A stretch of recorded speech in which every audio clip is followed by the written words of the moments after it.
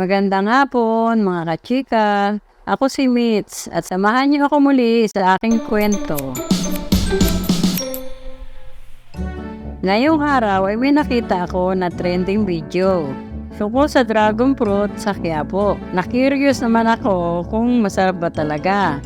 Naisipan namin na puntahan para matikman.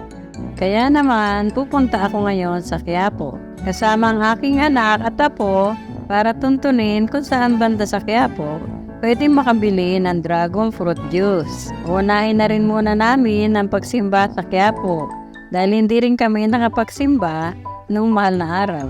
At para na rin pasasalamat sa Diyos noong karawan ng aking apo kahapon. Karoon lang kami ng konting pagsalo-salo. Ito naman yung bagong magiging kwarto ko. Medyo hindi pa ayos pero looking forward na rin kami matapos ito ngayong taon. Noong nakarating na kami sa Quiapo, may nadaanan kami na may nagtitinda ng mga damit. At napansin namin na maganda ang pagkakayari ng mga tinda nila. Kaya sinubukan namin tumingin-tingin at may ilang kami nakitang maganda at napabili muna. Sinabay na rin ng ilang prutas dahil mura ito kumpara sa lugar sa amin. Nung papunta na kami sa simbahan, marami-raming tao ang bumungat sa amin. Siksikan ang daan pero kaya naman. Maraming tao rin ngayon dahil linggo. Nung makarating na kami sa simbahan, sa harapan na lang kami ng simbahan pumuesto. Gusto sana namin pumasok sa loob pero puno na rin ang looban ng simbahan. Dagsahan ng tao dahil ito na rin ang unang simba matapos ang mahal na araw. Mabuti na lang rin kahit nasa labas kami ay umabot dito sa labas ang pagkomunyon. Nung matapos ang misa, medyo nahirapan kami ng konti lumabas dahil may ibang nagmamadaling makalabas. At sa hindi kalayuan ay natatanaw na rin namin ang ilang may hawak ng dragon fruit juice. Ibig sabihin ay malapit-lapit na kami sa mga nagtitinda nito.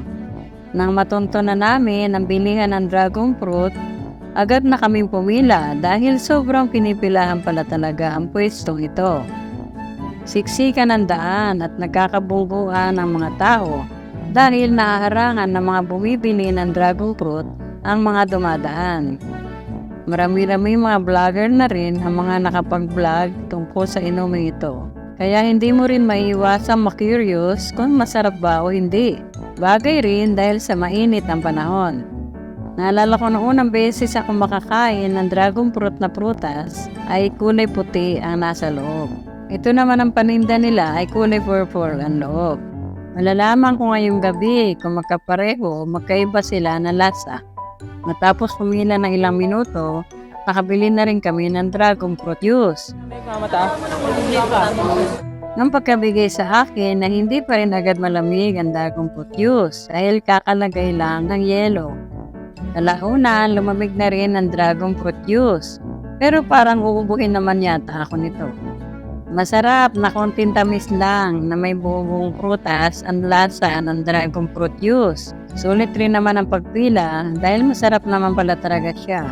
Para sa presyong 100 pesos, malaki na siya at aba, sulit talaga. May buo-buo pa.